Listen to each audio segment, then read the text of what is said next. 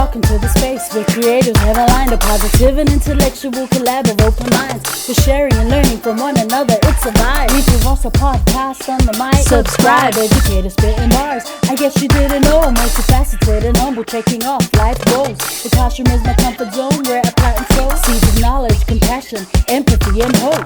Reading is the key to unlocking your potential.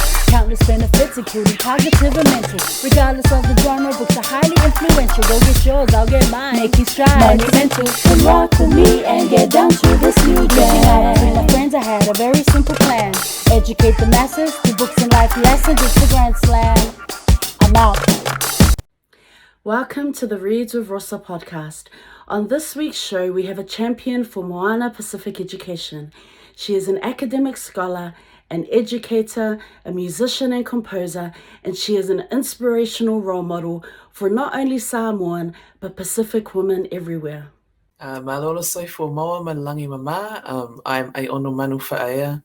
I'm born in Auckland, New Zealand, Grey Lynn to be specific, raised there, but also went to school out in West Auckland. So a bit of a central west back and forth thing. And Samoan. And yeah, that's pretty much in a nutshell about me. And we will talk more about myself as we go.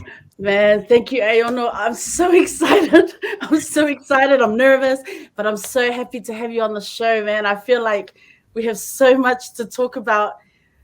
How are we going to fit everything in this small small time? But I guess good place to start is church. EFKS. I think that's where we met is through church. Like, what was your upbringing? Like, I know you were the faipese, so obviously, what was that like for you growing up in the EFKS? Yeah, I think if I go back first to when we first met, it would have been at Grayland Park at Galapagos, at games. And I think that's where we kind of met a lot of our ethics friends growing up. And then when we met later in life, we're like, hey, you used to wear Henderson. And I was like, I think I might have said to you, hey, aren't you the baton? The baton girl?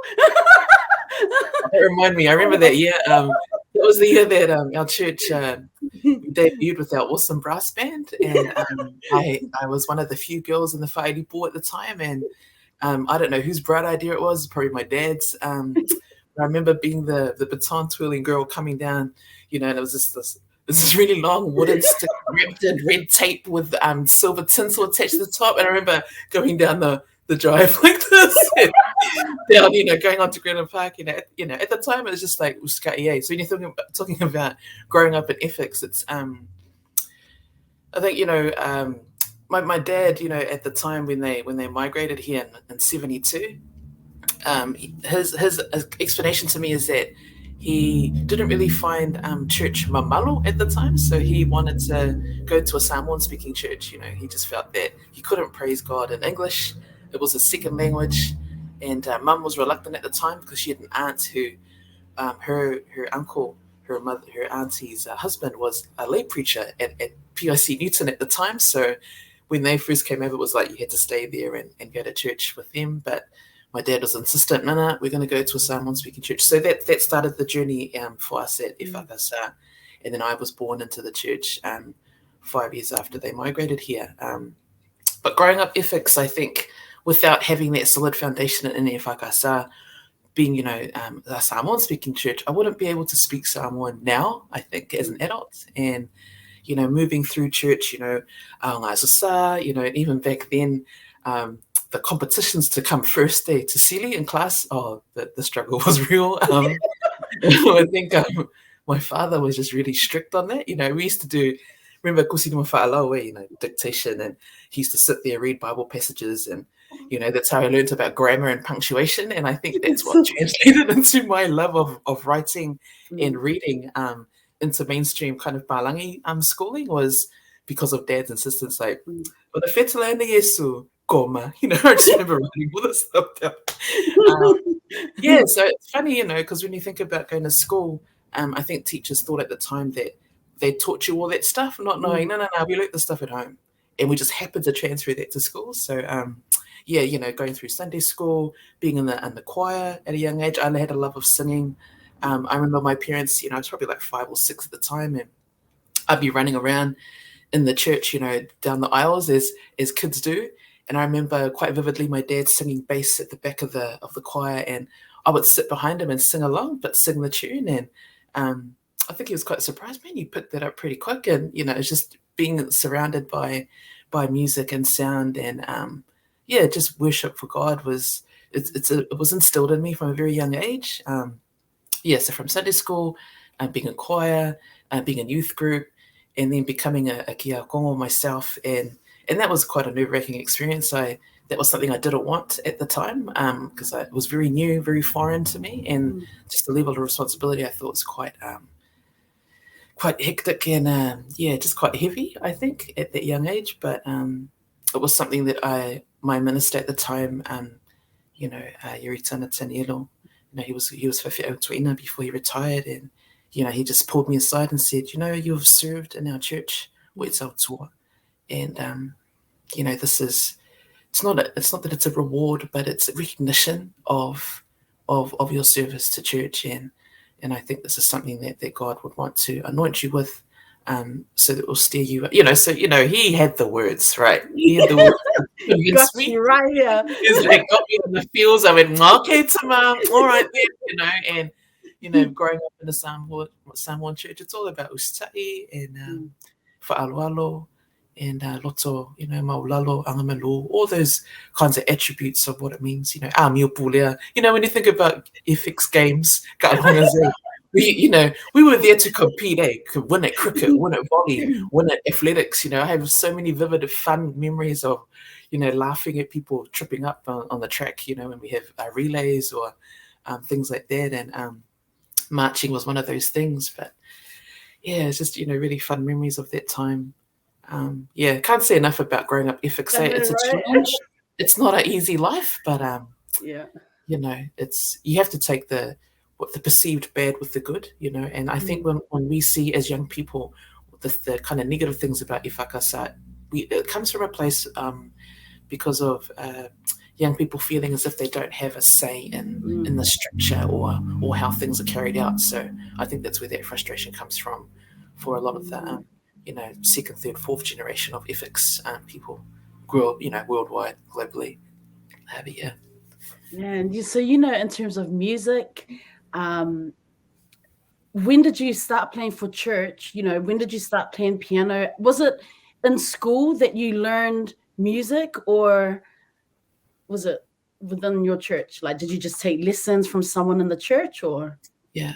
So my music learning journey was pretty funny. I remember I went to Glendine School, and in the school newsletter, as I said before, because I love to read, the school newsletter had this announcement that there was a local piano teacher. And I remember going home when I was stated for year 6, for those of you in the current New Zealand education system. But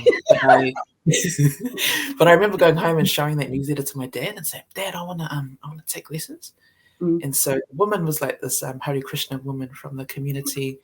And I remember at the time, I read this Layla Fletcher, book 1. And I think as I started learning with her, I realized, hang on, this lady's holding me back.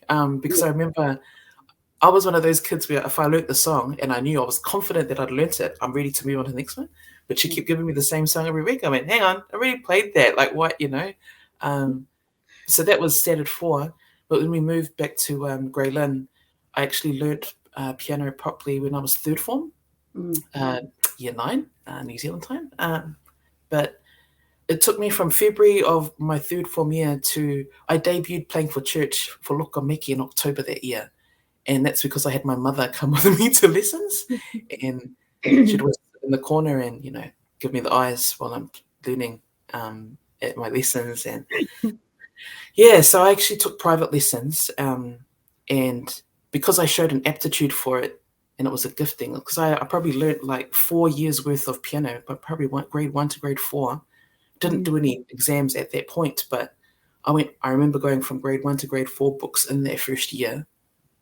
And that's because of my parents' kind of really strict expectations around learning piano. And once they could see I was really into it, they were like really pushing me to do well in it. So I can say that I started playing for church from just within those months of that year, and haven't stopped playing since, to be honest. Man, in school, were you involved in the performing arts? As a musician, were you in any of the productions? Like, what was school life for you as a muso? As a muso, I remember because we had a church brass band, and that's what prompted me to learn trumpet. So Dad had this master idea that all of the kids in the family would learn a brass instrument. So we actually created our own family brass ensemble. I was like, Dad, we could go make some money and go Pacifica. So he deliberately made me learn trumpet. My younger brother learned cornet. And the funny thing about trumpet is there is no trumpet in a brass band, a traditional English brass band. It's supposed to be cornets. It's either a soprano cornet, which is E flat, and other cornets are B flat trumpet. Yeah, cornet. So first cornet, second cornet. So it's all ranked by your level of ability of playing. So normally if you're first whatever, those are the higher notes, the melody that you play. And then second, it was like, harmony levels. If you're like third or fourth whatever, never mind, that means you're pretty useless. That means you're smart. And I was always like first whatever, but that's because of the parents kind of instilling in you that they want you to be the best. So I was like all the time practicing scales and things like that. So I was in our church brass band. And that was because, so I learnt trumpet at school through the itinerant music system. And I was in the only time I was in productions was I was the musician in the production. So I was either playing, support keyboards or playing trumpet for the production band. I wasn't allowed to do drama. I wanted to do drama because I thought I was naturally good at it. And my friends were like, shh, well, I like drama. And I go, true, have enough drama. So I'm going to do that. But, White Sunday was the time to showcase our performing arts skills, And I just thought at the time, I should take drama. It's, easy to pass this, like already natural actress. But so all of that music learning through school was in concert band, brass band, what are the other things? Brass ensemble for school, but also orchestra. Even got to a point, I used to laugh. I laugh now. At the time, all my other friends were like, playing sports and doing reps for Auckland and national reps in their chosen code. What was I? I was Auckland rep, being first trumpet and principal trumpet. And Auckland Secondary Schools Orchestra. So I laugh now as an adult, but at the time I thought it was like really cool but scary, because we're one of the few brown girls in this orchestra. And these were kids from schools, elite schools, St. Cuthbert's and all the schools that featured in that show. It's academic, welcome to Rosa College. So schools like that, and you got these three bungers from eggs turn up. And, I was in the trumpet section. Another one of the mates was in the viola section, and the other one was in the oboe section. So, I just remember at the time feeling pretty isolated, but proud, but also pretty staunch. I was 7th form at the time, year 13, and at the time at Eggs, we had mufti, so no uniform. So I used to rock up in whatever gears was fashionable at the time, bomber jackets and denim jackets, stuff like that. And in my section of other trumpet players that look at me like as if I didn't know, and I used to sit there and go, "What are you looking at? Look at your music." I was that kind of person. Really, at 17 years old, really super confident and just didn't take any crap from anyone. And I sometimes reminisce about that girl and go, "Man, where did she go?" But that level of confidence, it's like, I missed that at 17 years old. I like you. Just a little while back, you mentioned mum and dad and how always pushing you to be the best, encouraging you to be the best. Like, how has looking back now and thinking about that, like, man, I know a lot of our kids, when I was teaching there, it's hard to find that confidence. It's hard some kids don't have that support, but, I'm listening to you and I'm like, man, you're such a go-getter. And just how much of that came from mum and dad. Like, did dad play in a brass band, or was mum a musician? Like, where did they get their confidence from that they passed on to you as as people who parents, they moved to New Zealand, it's a new place, trying to establish themselves. Where did they get their confidence that they obviously passed on to you and your brothers? Yeah.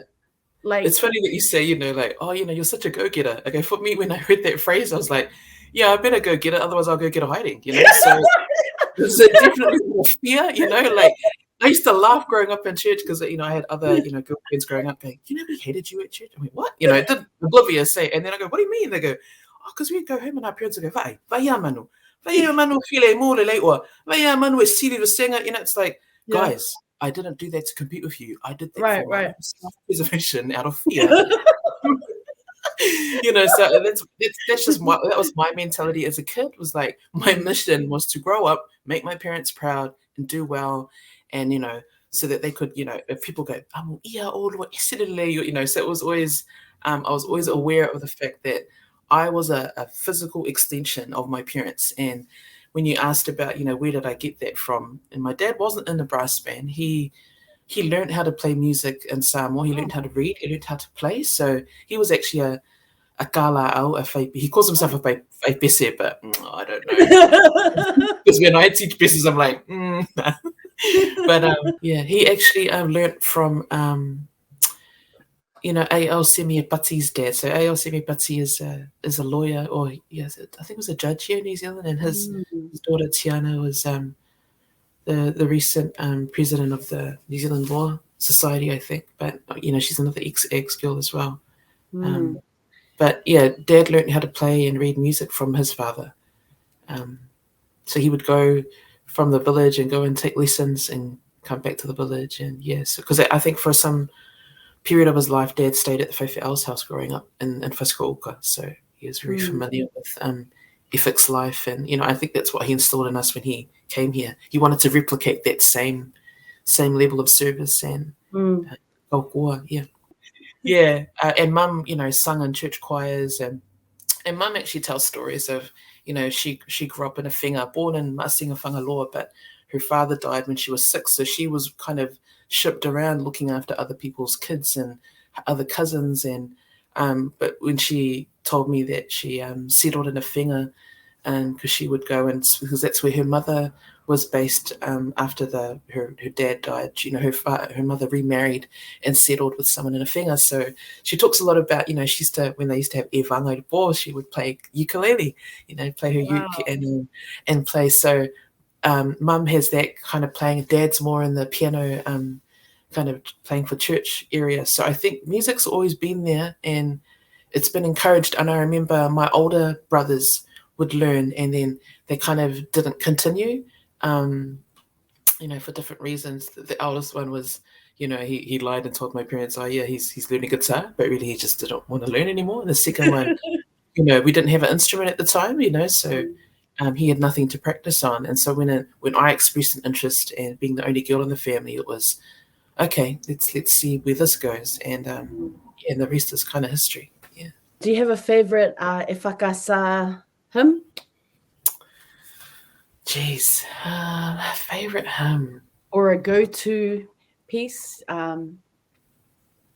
That's a really big question, eh? It's a hard one, and I'll tell you why it's hard to answer, and it's because, even though like Pesi Ivalua, is in my mind, and that's because for me it's the lyrics, because there's so many tunes to that song, but I love the lyrics because it's a really easy way of thanking God, the Son, and the Holy Spirit, and I think. If you're able to keep that, I guess, as a mantra through the day when you're going through things, not just in times of Thanksgiving, but even through the struggles that you go through, still think of those lyrics. And probably 225 is a good one too when you're going through struggles. So Solivasa, count your blessings. I always think about that when I'm going through something pretty tough. And it's very easy to get sucked into the negative side of things, but if you keep just keep Jesus in your mind and keep thinking about the cool things that you have in your life rather than fixating on the negative. Yeah. In terms of creative process as a muso, as a faipese, as a musician, what's your writing process like in terms of, like sitting down and thinking about a new song? I mean, obviously we're going to get to the other parts of your life right now. You are super busy. Like, you have so many things going on. So I guess the question should then be, Do you get time to write these days? And if so, what is that process like for you? Yeah. There was a period of my life where I was writing quite consistently, and I think it was when I first joined our kind of faipese at church, and because I was kind of new, this is probably around 97, 98, and this is when I was just about to graduate with my Bachelor of Music degree from Auckland University, and that was in musicology. But it was, getting the time to write now. It's really hard to find the time. But I do have some projects I'm working on just myself. I've told a couple of people about it today. Just like there's two kuspese that I want to write. One is my own kind of kuspese with all my original music set to our EFKS text of all our different hymns. So that's one project. And I've got probably about 10 hymns. For me that was always going to be a retirement project. But I feel that I just need to kind of chip away at it as I can and try and notate those things. I'm an old school writer where I hate music notation programs. Those things came into effect after I left high school. But yeah, I find it really, really cumbersome to try and get in there and, type on a computer, whereas it's faster for me just to write it by hand. So, but I'm finding that I have to kind of get up to speed and use technology, I guess. Yeah. And the second project that I'm working on is, all of the pese that we sing at, local ainga, when you have, and there's lots of old tunes, but there's no music for it. So I want to sit down and I'll probably not test my parents, it's the wrong word. It's more like sit them down and say, when we sing, when you hear this hymn or that number, what tune comes into your mind? So I want to get the immediate, response tunes, and then those are the ones that I'll notate. And put that down. So yeah, that's my other project that I'm working on. But I guess in finding time to write, it's more to do with lately it's inspiration.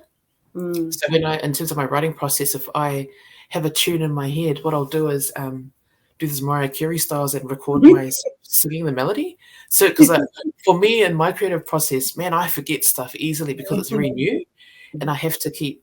So if I've got a really cool motif in my head, I'll sing it to myself on my phone, and then just try and get usually the melody comes first for me, and then I'll refine the rhythm. Then I'll look at some lyrics in a kuspese and think about what text would speak to this melody. So sometimes the melody for me comes first. Other times I might look at the lyrics and someone might say, "Oh, can I have music for this hymn?" And then I'll look at the hymn and the lyrics and then think about a melody that will kind of amplify and elevate those lyrics. So, for me, there's always things like if it's something about Leatua, normally it's the music might tend to start and then go kind of towards, go high, kind of, so it's depending on, you try and use all these kind of techniques. And, I taught music at school, at high school. Right. So, when you're using those kinds of things that you call compositional devices, like using things like repetition or sequence, all of those kinds of things, those ideas. So very lucky in that, because I've taught it and I've learnt that stuff through, the mainstream Western system, I'm able to pick and choose and be quite selective with the processes that I come up with. So there's it depends on the situation, So if I'm compelled or I feel the need to write something, I'll go and write it. If someone's asked for it, I've been commissioned to do something, I'll write that too. But I guess it's just preparing your mind and to be in that space, that creative space. And if you can't write, go do something else, distract yourself, and then come back. But yeah, I always find I try and write and let it flow. Sometimes the writing process takes me over. I have no control over that. But other times I have to really, depending if there's a deadline and I'm struggling with it, I have to try and just like squeeze it out of myself. So yeah, it just depends really. And so have you written any, you don't have to name names, but have you written for any artists like in New Zealand or even overseas? Yeah. Have I written for any artists? Yeah, so there's two that come to mind. One is Sammy Atoa. He released a song called Sauia Sunga, and I wrote the lyrics and the melody for that song, and he took it away and did his own arrangement of it. So he's a cousin growing up. He's related to my mum. Have mad love for him. So yeah, I'm glad that he did that. And it was really interesting to see, the addition of a rap and just the different vibe to it, because when I wrote that, it was meant to be a ballad, and it comes out like real like, whoa, sorry about this, but I loved it though. It was really cool.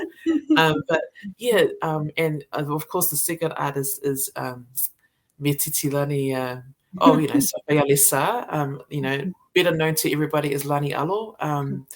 And I think having him in my life, where I was able to just kind of be a mentor, I guess, along the way in his journey. But just in his first release of Aloe Favor, being blessed with that opportunity to listen to early kind of versions of the track and just giving some feedback about, have you thought about this, or what about that, so, and seeing that, go off as a global hit, so proud, immensely proud of him. Your brother's someone that when I see him succeed, yes, always real super proud. So I have memories of coming to your house and you because I don't know if it was this finger or something, like he's not like the teaching him like piano, and so I have memories. I have memories of that, and it's always like, man, it's just like you're definitely like a mentor and someone he respects and loves and looks up to like so much. So it's his success is our success, so always have mad love for Lani. And even your dad used to come to bring him to lessons as well, and so I'd be having a lesson with Lani, and then he's chatting with my dad in the kitchen, having a boogie and gas bagging about I don't know, Pakistan politics, who knows, but there's too much stuff, but real family oriented, and just really proud of Lani. You mentioned being a music teacher. What were some of the highlights? I know when people talk about teaching, it's like, oh, what were some of the challenges? What were the difficult things? But man, teaching every day is different. And so when you reflect on your years as a music teacher in the high school, what are some of the highlights from that time for you? It's definitely the whole thing of I think when students came into music, well, first of all, when I started at the last school I taught at, it's a West Auckland high school, not very many brown teachers were employed. And I don't know whether that wasn't a criticism of the school. It was more to do with just whoever applied, and who they appointed in those positions. And I came into the school as the new head of music. It was, and I was going to be the sole music teacher. And I think for a lot of the kids that came through the school, they haven't had many brown teachers at the time. So I remember vividly, when you ask, what's your memory? I remember turning around in a junior class to introduce myself to the class, and just the looks of the kids' faces like, who's this Fob teaching? Just to wear like puletasi to work, to try and affirm my cultural identity. Like, this is my power set, man. I come in wearing this stuff. And my memory, I guess, to reaching out to those island kids in the class and the Māori students, they were just really happy they were buzzing out, oh, there's a brown person there in front of the class. And it was a real cool opportunity to inject some of our own music and to really help them to make sense of things. And even our European students, some of the cool memories with them would be, they were into like death metal, music, of course, that music I'm not into, but as a teacher, I found that it was my mission to learn about the music styles and genres that my students were into as a kind of a connection point. And then after that, I was able to then teach them the boring stuff that even I found boring, but it was important for them to learn because that's what the curriculum said. That's what they needed to be tested on. So there's a lot of negotiation with students. Like, hey, you think I like doing this stuff? I'm just good at it because I had to learn it, but I want to be able to, I used to, craft really shortcut ways to really help them to understand things better. So a lot of fun times, I agree with you, man. I don't like the thing, what are the challenges? Every job is a challenge, but it's how you respond to it and deal with what's the outcome that we want. So for me as a teacher, it was always, I want the kids to enjoy music as much as I do. That was the bottom line. That was the easiest mantra for me to stick to. It wasn't I want kids to be successful in music. It was, I just want them to enjoy it as much as I do, because if they can do that, then I know it's going to be a lifelong passion for them. That was the main mission. Right. So then when did you decide, or I guess what happened to make, okay, not what happened, but when did you decide to move away from, teaching at a high school and I guess starting the next chapter of your life as an educator, because you didn't stop. I mean, you are still an educator. Yeah, like what prompted you to make that move?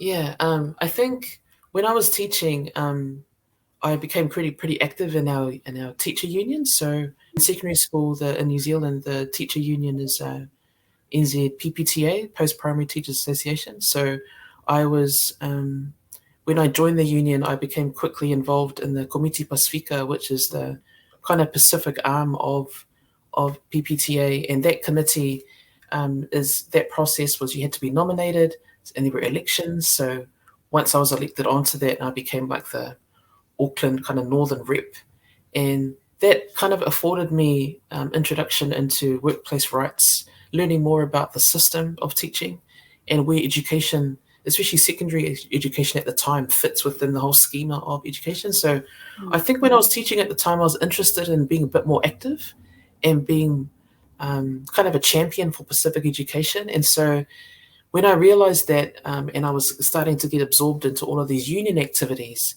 it made me step back and think I can actually have more impact, not just in music, but in education as a whole. So when I was then approached by an organization to work for them, and I had interviews, but, in essence, I was shoulder tapped, and there were two positions at the time, and the one that I really wanted, I didn't get because they were too slow to come back to me. So I went with the other company, and then I worked with those guys for probably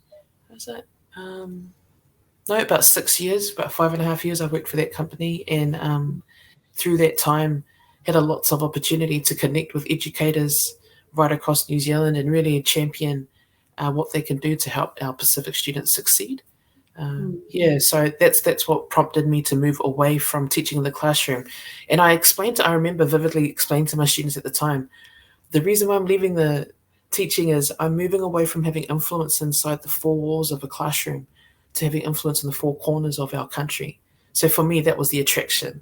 Is like I want to, and I said to my students at the time, I want to create more teachers like me, who that do really cool stuff with you. Can you imagine a teacher like me in other classrooms across the country? Don't you think other students deserve that? They were like, yeah, true that, miss. Lucky we're going to go down that school that you're going to go to. So I would be asking this, please don't do that. That's not necessary.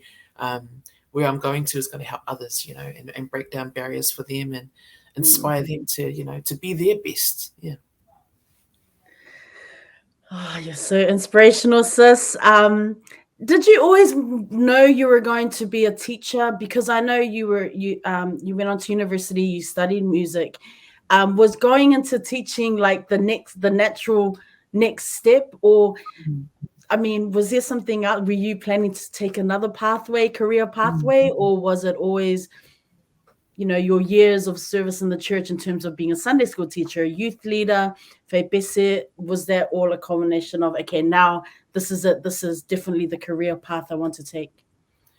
Yeah, that's a cool question. And I can answer that two ways. And I can only answer that now because I've got the, hindsight and I can see what's actually happened. And you've actually described that quite well, that it actually it's a combination of the accumulation of all the positions I've held that gave me the skills to then, teaching is a viable career.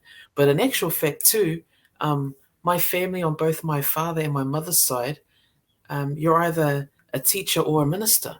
And I didn't realize that until I had myself fa'aea in 2016 and went to Samoa and realized that, being amongst your ainga poko and listening to them, finding out that, I had like aunties and uncles back in the day who were school inspectors. I had, I've got someone on my mum's side who's like in the Ministry of Education, Sport and Culture in Samoa at the moment. I think she's CE or something. So education's always been, or being a teacher has been a job that's been quite clear amongst both sides of the family. And when I started teaching as my first job when I was sixth form, I started teaching piano. So I learned it from third form to fifth form, and then I started teaching it because when we have pulenga loko or loko for Bukanga Lubinga, and I would play, I'd get approached by people like, oh, can you teach and that's where, your father approached me, to teach Lani back then too. I remember playing for something and being approached. I was like, okay, yep, give me a number. And I'll call you. Like, I remember at the time being really freaked out. Like, Okay, yeah, all right. And then I have to go ask my parents. They're like, oh, he's someone from Tianatu, and so there was lots of conversations like that. So yeah, thinking about that now, what prompted me to be a teacher, it's been in the blood, and then it's through my various experiences, it's just naturally led me towards there. But it was never in my mind when I started university, I didn't want to be a teacher. I actually wanted to study law, but that's because I loved watching Matlock, Perry Mason, Murder, She Wrote, all this stuff.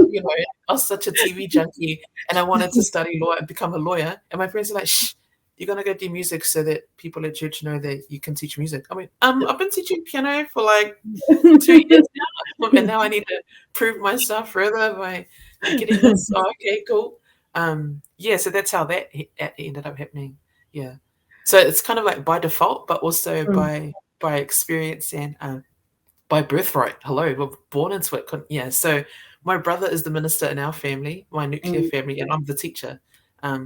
But my other siblings, they've got kind of service-oriented teaching type roles. So if I boil it down, in essence, it's communication. All of us are communicators, which means that, being a minister and being a teacher, having that level of communication is quite important. You mentioned going to Samoa 2016 for your sawha'i. So let's talk about tautua, service, growing up in the diaspora. Like, can you speak to that experience for you? Why was it important for you to go and obviously it's an honor, right? They're bestowing you with an important title. But what is it like, growing up in the diaspora and then service and tautua, like all of that? Yeah, I think, as kids growing up, we associated tautua as, making cups of tea, just any instruction you're given at any family whalaulavi, any wedding, and that's how you knew family dynamics and family politics, because you might be involved in a family whalaulavi, and then sometimes you might not go to them because there's like beef between families or something, and it was always quite funny, entertaining. Growing up. How come we not going to that one? Oh, how come we're doing this one? Well, oh, whose family is this? So it was this constant kind of, I don't know, revolving door of activity in that space. But yeah, it's just being thrust into it, and being taught that, it's do first, complain later. Kasi ale upu, if I tell you what to do, you better go do it. So as I said before, it's out of fear. But just learning and being uskai, being whaalualo, whaalongo, all of those things. And if you do something wrong, it's in front of the wider family, and ka overlea, so it's constant hypervigilance. I felt that I was in that kind of state where anything I did, said, or was going to be kind of monitored and watched, and that kind of led me to write that article later on with Le Whaole I Dioninari about this tautua life cycle, and because what I really wanted to do when I wrote that was to really privilege tautua because people talk about it in different types, which is cool, and that's true. But I wanted to elevate how we talk about tautua it's something that we've learned from cradle to grave, and that's when we become matai ourselves, that it's this process of growth that we have from when we're children, and it's that tautua ia tautua stage. When we become parents, it's tautua ia pule, or serve to lead.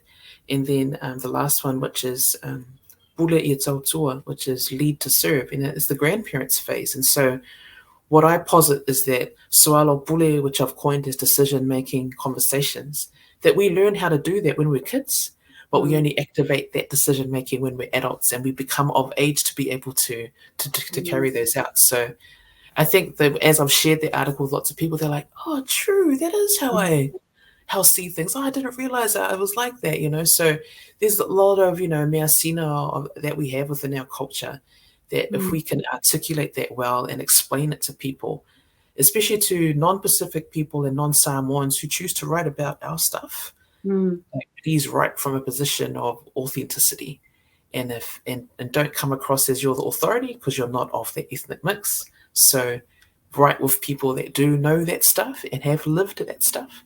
so that adds to your credibility in that space. Yeah.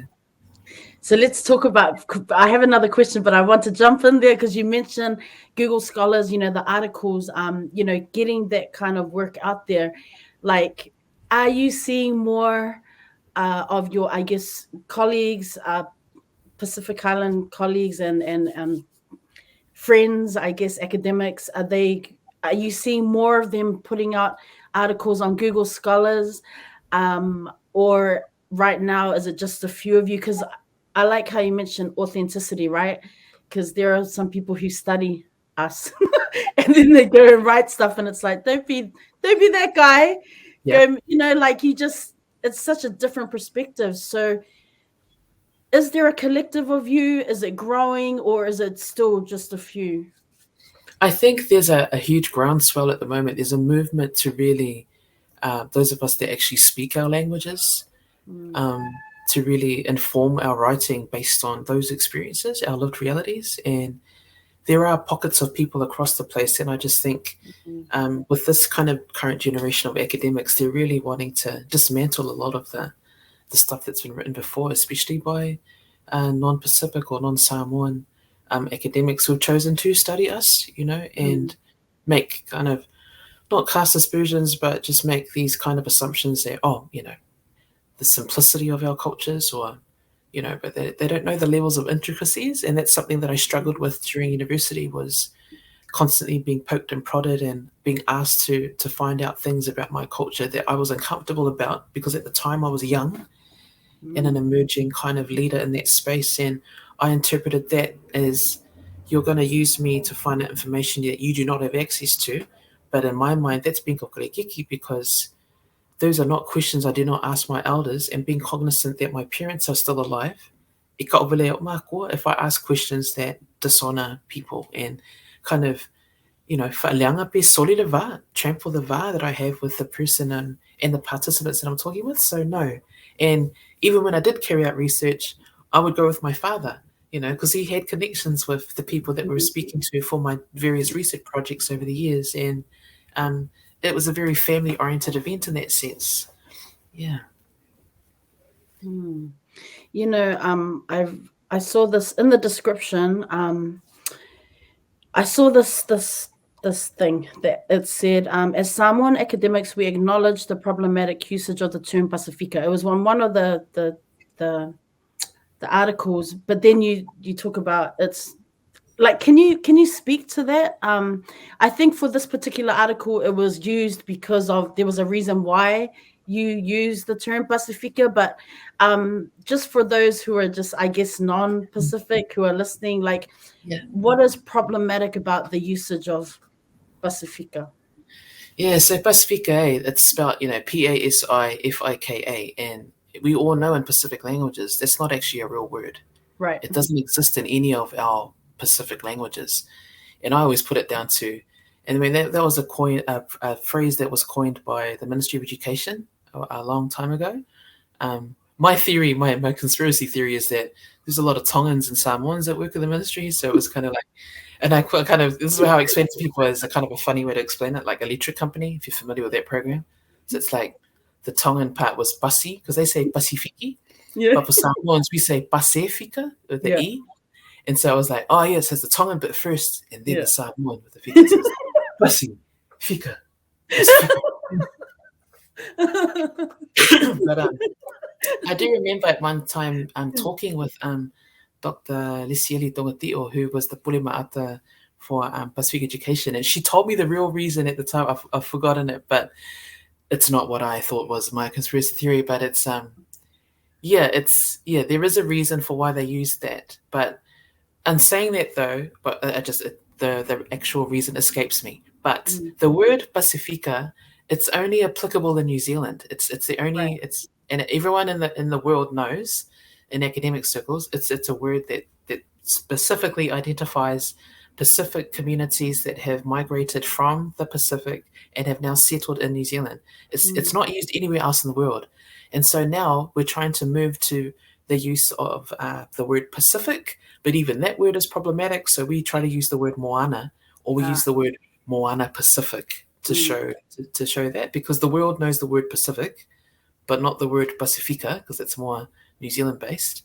And so, yeah, I think at the moment our kind of generation of academics is championing that phrase of Moana or Moana Pacific. And I just had one more question going back to Tautua and service. How is your journey thus far going? You know, what has your experience been like as a Matai? Man, I have to say it's pretty challenging. I mean, as a female Matai, it's different as well, because we don't speak in public forums.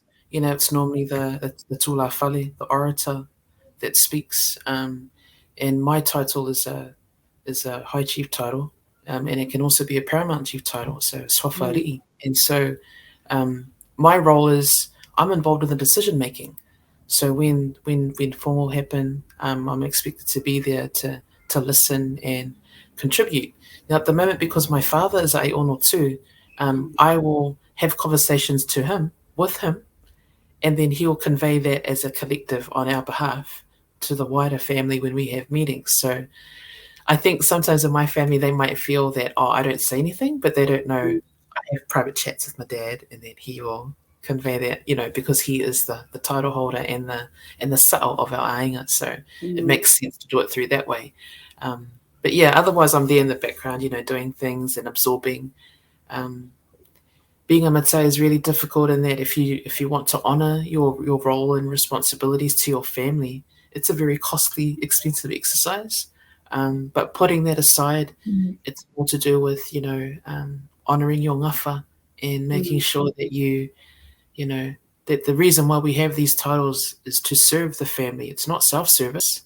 You don't do it for yourself. And I think the perception of non-Samoans and, who are not Matai think that, if you're a chief, you're important. Yes, but you're important because you have important things to do for your family and your village and your church, wherever you're placed. So when I think about in our church context, when we have, for example, I remember growing up when we have, kofi, we have visiting whaiwhiau or aokam. And I remember there's a whole process where they have the whaakao, where they decide who gets to speak, So I used to watch that in the back of church, as a kid, watch the kula whales battle it out to see who would have the right to speak. And, and you watch that process, because you're a girl at the back washing the dishes, and then you hear them, they'll tell you to stop so they can do the whaalolonga, do that process, and you'd watch them stand up and speak. And, so it's really cool at the moment being a Matai and just seeing, how much of a responsibility that you do hold for your family, and that if it's just a lot of communication, but fundamentally it's a whole lot of love. We do all these things out of love, and it's different to the concept of love, I guess, that Balangis think about, because when we say love, we mean service, and that anything means something. We drop everything, and we're there for other people. So when people talk about family everything, it is family of everything, and we do that through our deeds and our actions. Your current job, your current role, you are the Senior Pacifica Manager at MIT, Manukau Institute of Technology. What does that job entail? Because honestly, I was like, Senior Pacifica Manager, what is that? Like, what is that? What does that role entail for you? Well, that's a new role, eh? And when that role came out, I was actually working for the Pacifica Education Centre as academic manager. So we hired officers at MIT on one end of the building, and the job I'm at now is at the other end of the corridor. I was going to say, yeah. So how I kind of socialized with the people that I eventually came to work with was there was a shared lunchroom. So we'd go and eat in there, and as you do as Samoans, Islanders, strike up conversation. They'd talk about work stuff. They'd explain things to me, and I'll tell them, "Oh, you guys should." Blah blah blah. They're like, "Oh, that's a great idea." Oh, and so I got to know and bond with them. And but that role, it's It's basically to implement the MIT's Pacifica strategic plan, 2018 to 2023, I think it is. Yeah. And there's 4 goals within this plan. It's to do with transforming learner success, establishing powerful connections, and that's more of a community goal. One is strengthening academic capability. Yes, strengthening academic quality, and that's, I think, because of my background, that's the goal I've chosen to smash the most in the work, because it's a learning institution. So the smart thing to do is, with a strategic lens, is tackle that first and see how well things are in place to actually advance our Pacific learners. And then the other goal is to do with can't remember what it is, but yeah, I'm doing that stuff. But yeah, anyway, in that role, it's located within the Pacifica Development Office, called PDO, and it's a service center. And that means that what we do is we provide strategic advice around anything Pacific across the institute and to individuals. So it can come in any kind of way. Like, for example, if lecturers approach me saying, I'm having some issues with Pacific students, or I want to increase my cultural capability. Well, we actually run workshops that people run. So we call them Pacific Cultural Intelligence Workshops, and we use the Kagala framework from Henry Feynman and Johansson for 2004, a recent version. There's other iterations to help explain that. So being in this role has really helped me to kind of socialize that idea, kind of help train the trainers within the organization. We also train externally. Through this role, I've managed to connect and actually work with Samoa Customs. Was one contract that we had where this is all pre-COVID. We trained some Samoan customs officers that came through, and that was through MFAT and New Zealand Customs. They just did an exam and come over. And I remember when they came in the room and they saw me, they were like, "Who's this?" And then their Balangi host was like, "Oh, and this is Aiono," and she'll be like, and then I had to explain to their guide, like, well, why did their faces change? I went, let me explain something to you. The reason why their faces are like that is because Aiono was a chief title, and secondly, I'm female, and thirdly, I'm young. So they're probably wondering, where did that come from? And all three of them. So I had to kind of sit there and explain what that was. And so when they went to introduce themselves, they did the whole, whakurima whaalangi. I was like, it was like, as a New Zealand born, I was just like, wow, okay. And I hate that phrase, New Zealand born, anyway. Yeah, I was just going to say. Hate it. I always use the phrase Samoan New Zealander because, when I do the stuff that I do in the work, they can tell I'm not a Kiwi, like they see your name, they're like, you're not from here. No, I was born here, but my family are from Samoa. So it's how I choose to identify myself. I'm a Samoan New Zealander. And also I privilege my ethnicity and my language, the fact that I can speak Samoan. So I always lead with that. So, and to each their own, right? So I think New Zealand born as a phrase has been peppered a lot in the terminology for a while in the literature. But personally, I don't choose to identify with that because my Samoan worldview eclipses anything else, because it's based on what I value and what I've been trained to believe. So Amen, sister. I was just going to say hallelujah. Honestly, I do that here. Like, people are, so you New Zealander, as a, in the teaching circles here, and I'm like, no, I'm a Samoan first. Like, I do the whole spiel, and honestly, I think they look at me like, okay, we didn't ask for the story, but I'm like, I have to tell them because I'm like, yes, it's important. And they're like, but what's your pass? And then it's like, because international teaching circles and everyone's they're really big on like, which passport do you carry? What's your nationality? And I'm like, whatever. Yeah, that's right. It's true. And I think I'm very lucky that I've studied, social anthro and ethnomusicology, that I've had that background in terms of the theory to ground me to explain and to have these conversations with people. So I say to them, my ethnicity is this. My nationality is this, but my identity is this, so the identity is a combination of those things. So that's something I'm working on at the moment, is this whole notion of identity construction and identity formation. So my theory is that, we can form identities, but for me, that's a solid state. But when we come across a new idea, that's when we get into a state of identity construction, because we're still trying to tussle with the fact that, do I agree with this idea? Do I want to modify it? Do I reject it?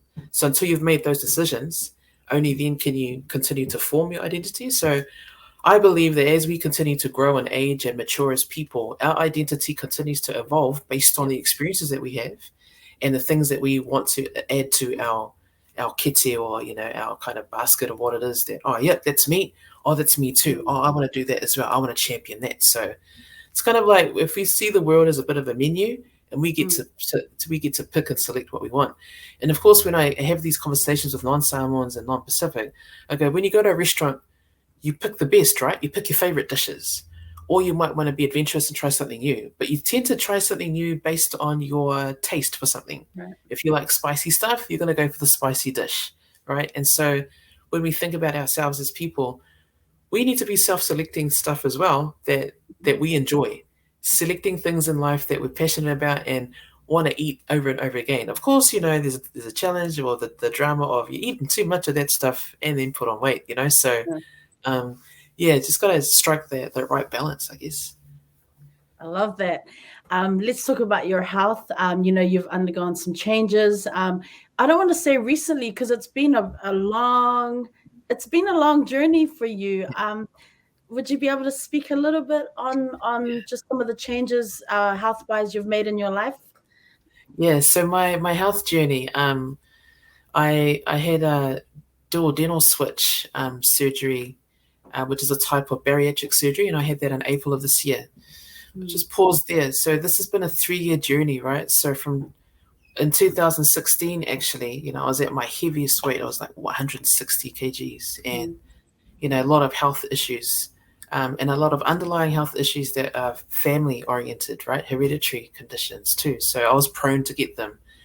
And I think once I had that referral from my GP, I actually, by the time I got my head together around, okay, this is something I want to do seriously, the journey started properly for me in 2018.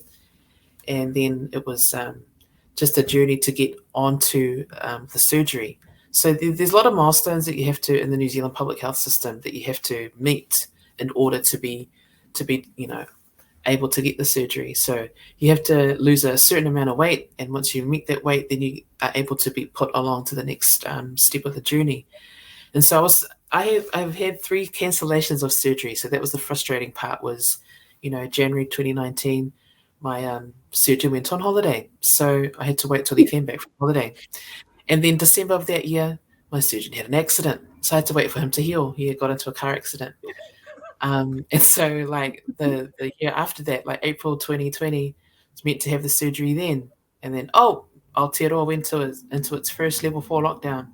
So that didn't happen. And so it finally happened this year.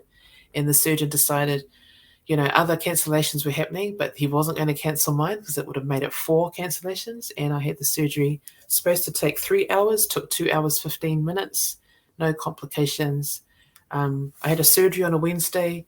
I was in work calls on Thursday and Friday, went into work on the following Monday to do this thing. And then I recovered from home, still recovering. Before I had the surgery, I weighed in at 139 kilos. And today I weigh 89. So I've lost 50 kilos since the surgery.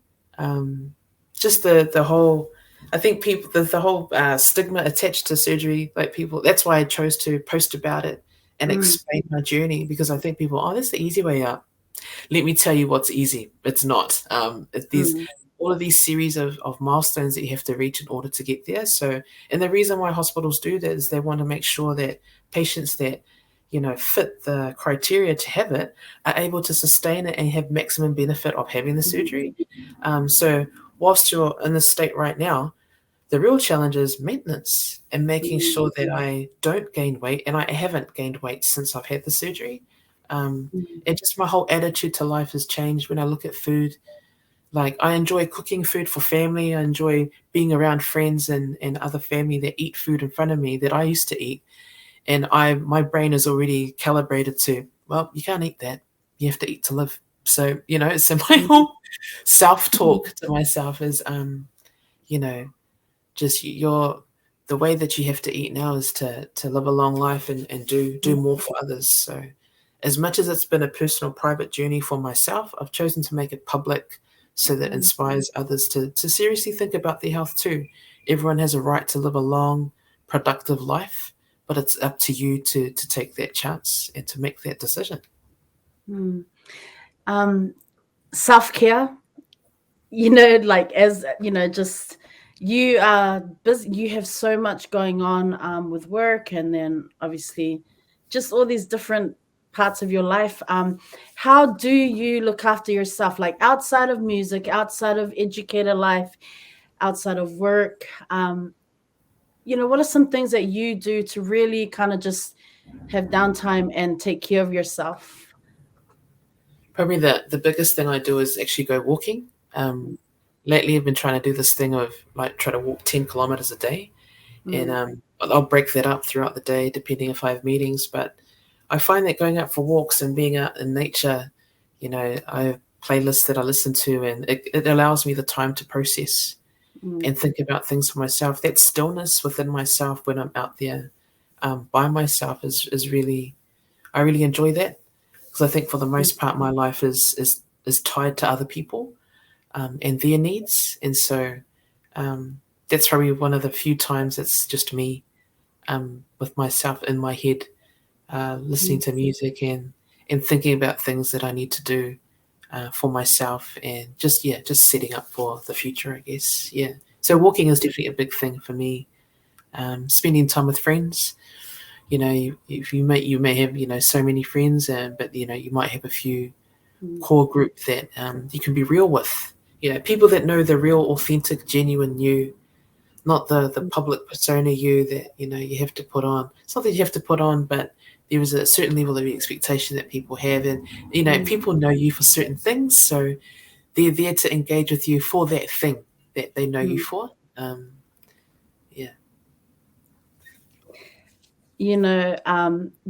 want to talk about manuscript. Wait, I don't even know if I said that wrong. I want to talk about your blog. Right. I want to talk about your blog because I feel like people need to know. And I'm sure that those who know you know, but there are so many people out there, man. You got to check this out. Can you speak a little bit about your blog? It's separated into 4 sections. How long has it been going? Why did you start that? I think at the time, I had recently become a widow, and I wanted to find a way to kind of express my grief, but I didn't want it to be like this really morbid widow's blog.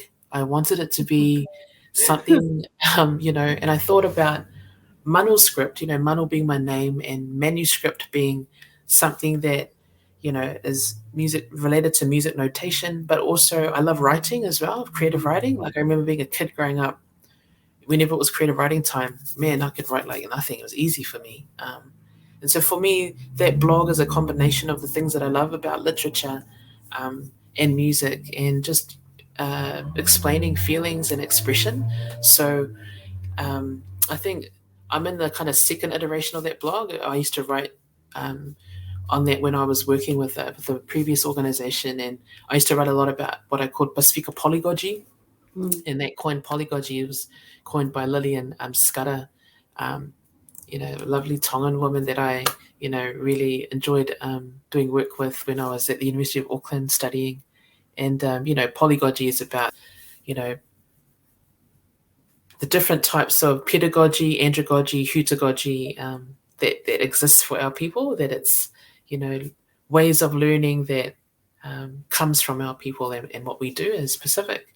But manuscript is, I take songs and then, divide them up into the verses, chorus, and then I reflect on that. And what I tend to do is I reflect on situations and conversations around me. I don't name people, but what I tend to do is I play the song over and over on repeat while I'm writing.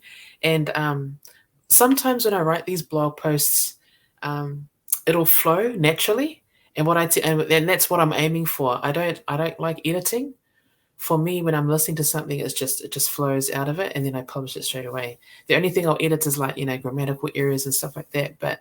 And then I'll insert the YouTube video, because the idea is when you go to look at that blog post is I want you to play the clip so you can hear it while you're reading. And it's been really cool to have feedback from people saying, man, that really resonated with me. I'm going through some stuff right now. And they become, conversation starters with people, and they start sharing about, and sometimes I crack up because I'm like, I didn't ask for it. I just put out something that resonated with me, like, oh, this is what I'm feeling at the moment. I'm vibing off this, or a friend is going through something, and then I come across a song that speaks to that moment or that situation, and I have to blog about it. Then I'll share the link with them. I go, sis, read this, or bro, have a listen to that. And then they come back with, cry face emojis, like, yeah, man, that's me. How did you know? But well, we had a conversation before, and that's what came up. So I thought I'd write about it. So it's been a real cathartic process for me to write in that way.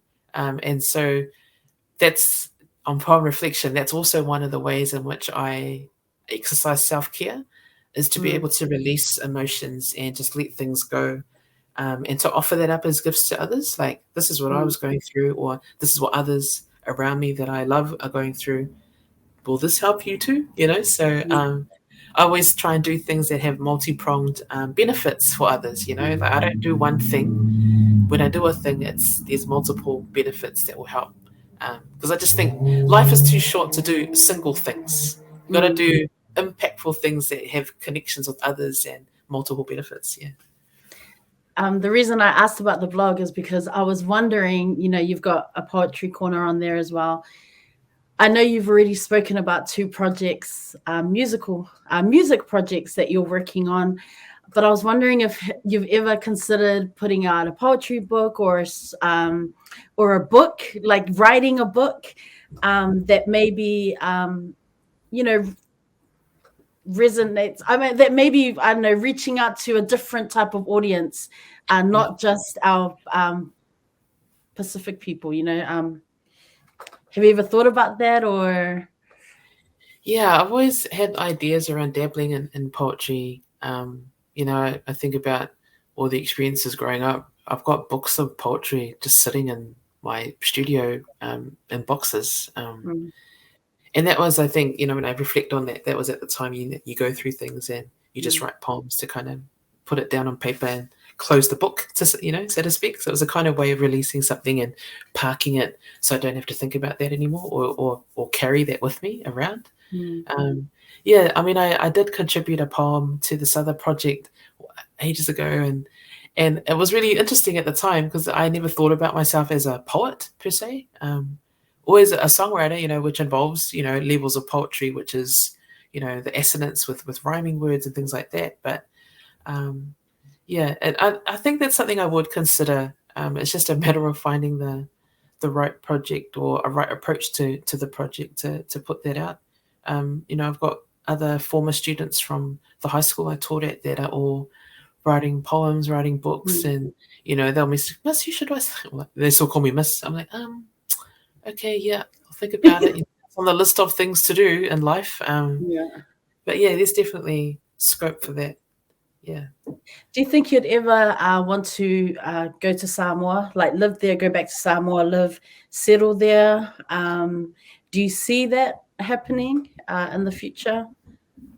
I think it's important to do that at least once in my lifetime. I think it's I have no plans for that at the moment because my plans revolve around my parents.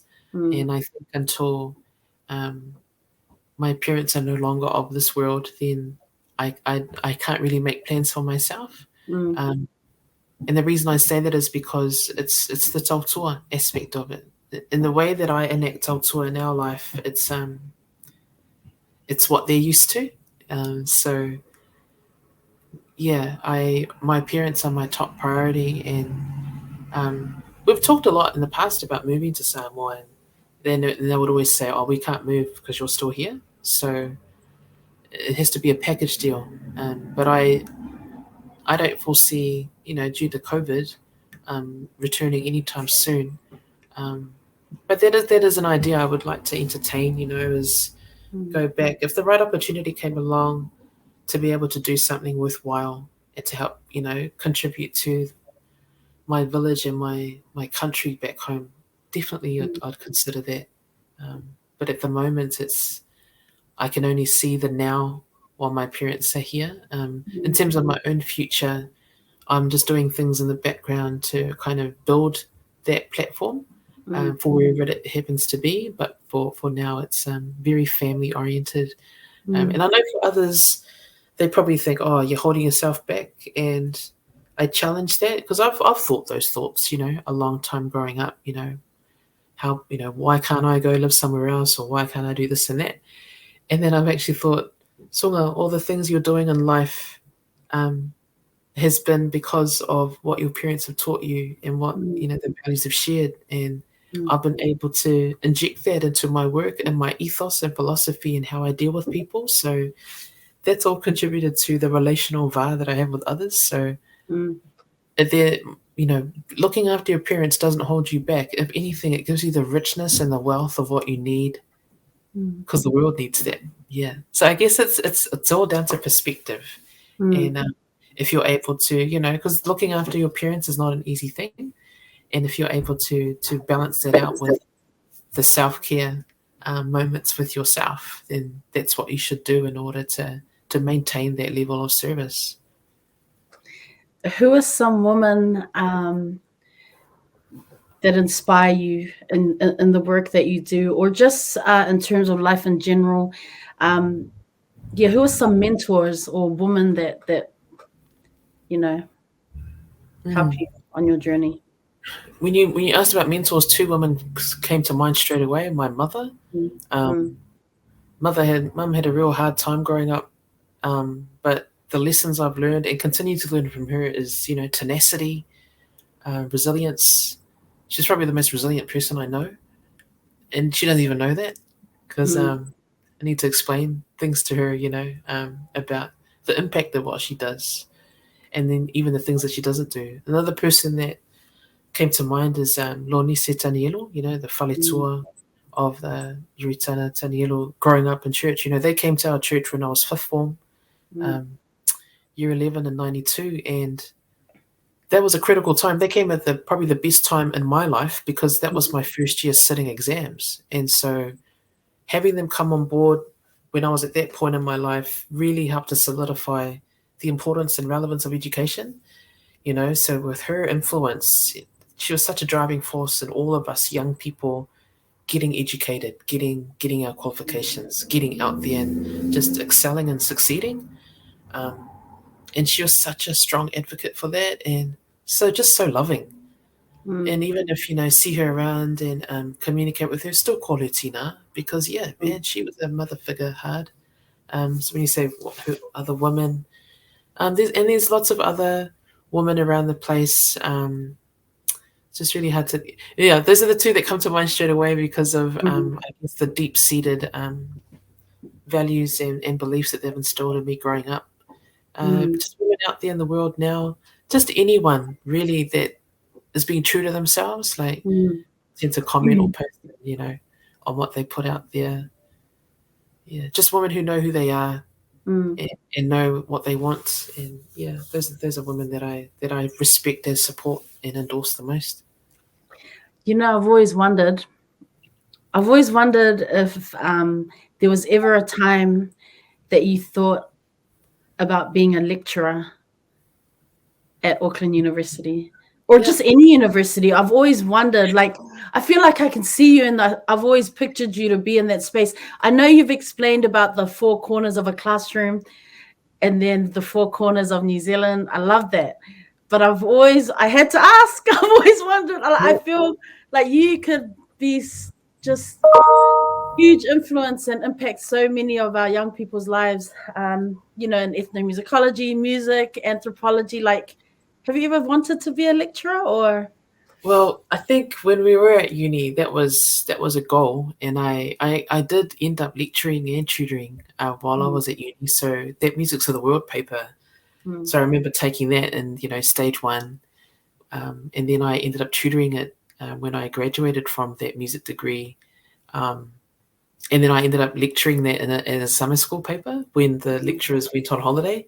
So it was me and another lecturer. We tag team in that. And I've done the lecturing and tutoring before. I think, who knows, maybe later in the future. I do guest lectures here and there. I've done a guest lecture recently for the Bachelor of Ed Primary Pacific degree, which is a new flagship degree that's come out of MIT. So there's scope for lecturing and tutoring, and I kind of do that on the fly. I don't know about whether I'd want to do that full time. For lecturers, there's a whole host of responsibilities and competing priorities, as well as you trying to attract students to your program. Got to get bums on seats, but you've also got to, make sure your programs are in play. There's competing priorities of you also have to publish as well. So your output of your, as your own standing as an academic, you have to build that too. And then you've got to do all the marking and all the meetings and all the other kind of stuff that go with it. Yeah. So to answer your question, that's on the horizon, but it's like it's not a. I think it's not as strongly held as it was in the past. I think it's only because I've had more exposure, I guess, to other areas or activities that require my kind of expertise in that space. Otherwise, nothing happens, and so I feel more drawn to things where I am that ambulance at the bottom of the cliff, but I'm teaching other people to be, ambulance drivers and RNs with me in that space to make sure, So I've talked about this in the past where I might be an ophthalmologist doing the surgery, and then I'm trying to train the other optometrists, so that you're trying to make sure that there's other people that can help you in that space. I forgot to ask. We were talking about your current role. Do other universities or like tertiary institutions around New Zealand have similar, similar offices like what you guys do at MIT, or is that just a MIT thing or an Auckland thing? Do you know what I mean? Like, is there a collective of you? So, for example, at Victoria University, Otago University, or because you mentioned that you run workshops all over New Zealand. So I was wondering, is it just a small group of you doing all that work, or is there different offices around different? There's two parts. So I mean, the question around, are there other offices like yours? It's actually to the discretion of each of those providers. If they see the need and the importance to have a centre or an office that is, based in Pacific achievement, or then they might have one. So Unitec has a Pacific Centre, and Seorupe Dr. Wharaniko Tomoniko, he's the director of the Pacific Centre. So he's my equivalent at Unitec. And MIT and Unitec is a subsidiary of Te Pukenga, which is, by 1st of January 2023, all of the 16, 17 ITPs and ITOs they've all merged at the moment, but they'll all come into full effect as one collective organization in 2023. And so other centres, in terms of those workshops that you asked about, like it's our small team that delivers that. And due to COVID, they're now starting to deliver that online. And a lot of the workshops that they do is both internally to build our staff capability. So for those that do work with Pacific staff or Pacific learners at MIT, and then when we do external ones, it's more to do with teachers or other people in other organizations where they have to do community engagement with Pacific, or they want to increase kind of like the HR drive within their organization to attract more Pacific workers. And also some people are trying to write Pacific strategic plans. So we talk about the MIT Pacifica strategic plan as a kind of a blueprint for discussion around, well, what then, so we analyze our plan to show, so how would you then, what are the main things that you want in your plan? What's the end goal here? What do we want? And then what then do you need to put in there to get to that aspirational goal? So in terms of the workshops we offer, we workshop things really well where we front load them with the content, and then we workshop it together, we tussle it out, work it through, and then by the time they leave the workshop, they got something tangible to go away with. Because I've been in that business of, professional learning development for a while since I left teaching. And what I found was I've seen a lot of really bad, shoddy examples of professional learning, and don't like it. And so I set out to, when the opportunity came to build this within MIT in our office, I felt that was a great way to kind of show how it should be done, so that you not only have repeat business, but you've also got people feeling empowered about what they want to do in the community, and they're getting to where they need to be. And what we've found is when we've done things in this way, we always get them coming back, asking for more information or giving us follow-up on how they're going. So yeah, it's in a really good way to do that. And we find out more things about, the clients that we work with, because we ask them in advance, what is it that you want? So the workshops are tailored, customized, and personalized to the people that come through the door. Been to enough PD where you go in and you're like, oh, that was rubbish. Had nothing to do with, completely missed the mark, So, and I preface all this. So if I'm facilitating the session, I spell it out up front quite explicitly. This workshop is designed based on what you gave in your feedback in the survey, right? And then, so we're going to be addressing all of that. And we never have any unsatisfied customers because we've pitched it directly to what they've asked for. And you think about other places where you go to a thing and you're like, oh, I didn't even know. That was cool stuff, but I don't know how to apply that. So I think using my teacher training, I'm able to scaffold things quite well and then help them to come up with a plan for next steps immediately, rather than them trying to process that information themselves and take it away and get it wrong. But I'd rather do that with them in the workshop so that when they leave, they're satisfied with that, and I check for understanding. Did you get that? Is this what you wanted? They're like, yes, absolutely. Oh, I had no idea. Oh, I feel so enthused. Oh, I'm really inspired. Cool, get the hell out. Okay, get out.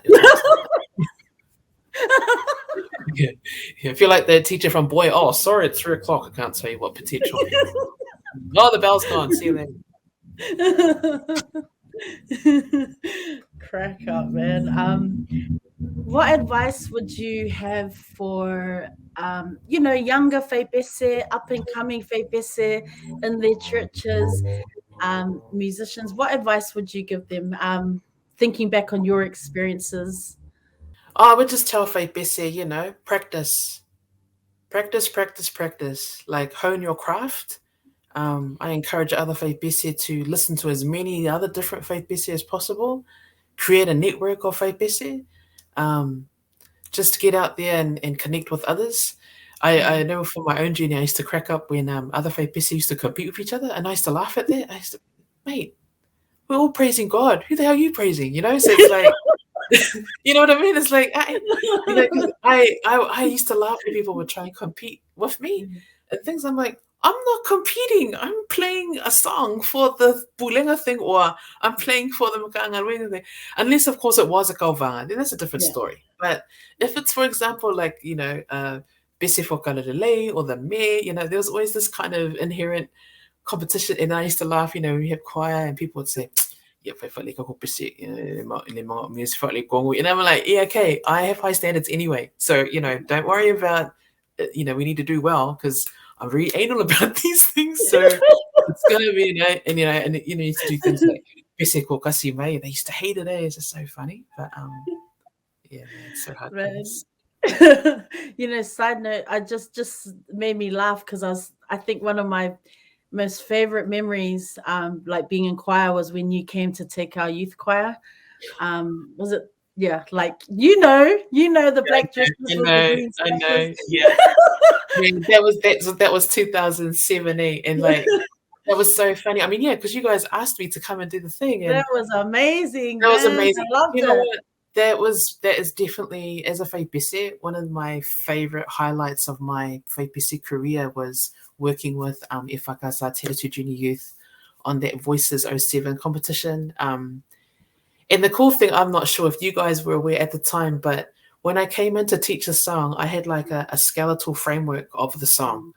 And there were 2 songs that we were doing. So come in, taught the bare bones of it. And then I thought, man, these guys are awesome. So I knew how much I could inject and layer in there. So every time we had rehearsals, I was always adding stuff because I was basing it on the skill level of the choir. And because he had such awesome singers and not only proficiently capable of the singing, mechanically wise, but just the heart for singing. Like even with other groups I've worked with at the time, Te Ratu Junior Youth at the time that I worked with you guys, loved singing, and I loved that. Like, as a faipese, that's probably the best feeling in the world is when you go to teach something and the super responsiveness of that, epic. It's like so good. And so, yeah, I really loved that. And I still have flashbacks of those memories of the rehearsals, of all the growlings from, and then all the other little dramas that led up to the events. And can we do this? Can we do that? And I was very adamant, but no, this is a choir competition. There are no soloists. We are not doing that, And sure enough, we get to the event. There's lots of soloists, and I know people are looking at me like, "See, they got soloists." I mean, hey, it's a choir competition, okay? No, everyone sings. And I just remember in the heats, right? Like everyone sang quite slow songs. Yeah. And we sung our fast one. And then in the final, we did our slow song and then everyone did fast ones. So it was just really interesting in terms of the song selections that we had. But I was very careful that what we were singing, it was based on EFKS lyrics. And I was very adamant about that, especially that first song we did of 92.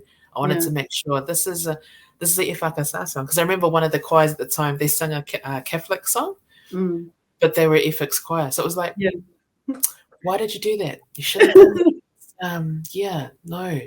If you're ripping your church, sing the songs from your church, sing the lyrics from your church, and be creative with the music side of things. So I my memories of that, like I don't think, like you had us hitting notes like in soprano, like we thought, like we were hitting notes that we didn't even know we could hit. Do you know what I mean? And I was just like, that. It was just always so exciting to be like, how is she going to push us further and further? And it's a highlight for me that I always crack up at is, and people don't know, or maybe just a few, is that, the Walking In song, part of it was from a Japanese song. So and it's so funny, like Lani did it like maybe a few years ago with Danita, and I'm like, oh, there's that Japanese song again. And it's just, but yes, this honestly, you just pushed us so hard in a really just a positive way. It was just, the singing it was so much fun. So that was definitely big side note there. Just fond memories of just being working with you. So I, as we kind of like wrap this up, future aspirations, what is Aiono Manu going to be doing in 5 years' time? Like ideally, what do you want to be doing? Where do you see yourself in a few years?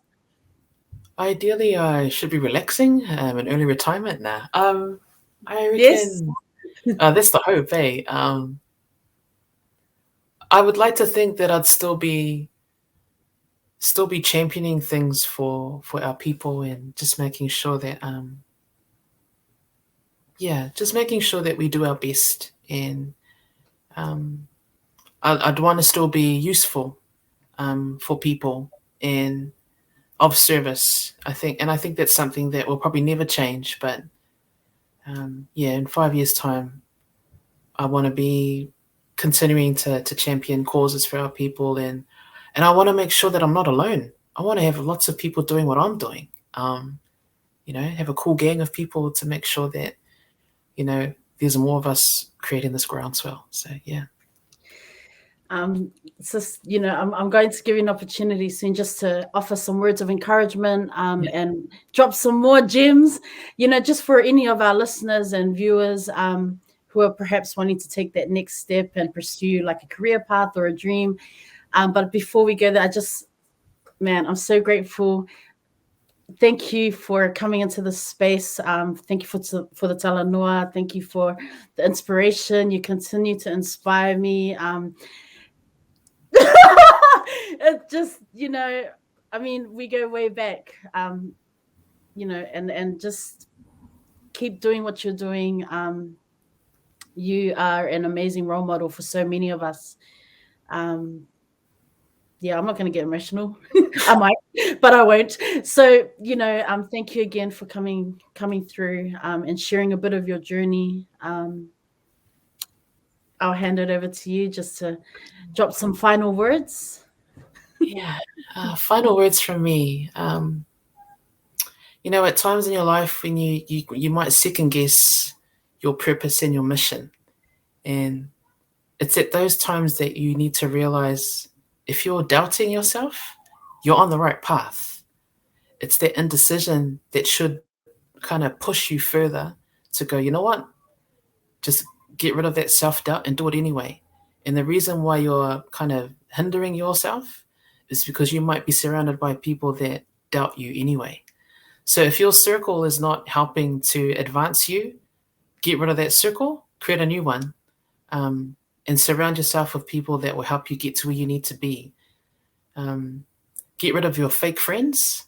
If you have friends that are cheerleaders but are only there to ride on your coattails, cut those people off as well. Think about the quality of your circle, not the quantity. So it's not about the amount of likes that you have. It's the amount of love that gets in your DMs from the real ones that know you from day one. And just back yourself. Back yourself. If you feel that you need to speak up, use your voice. That's why it's there.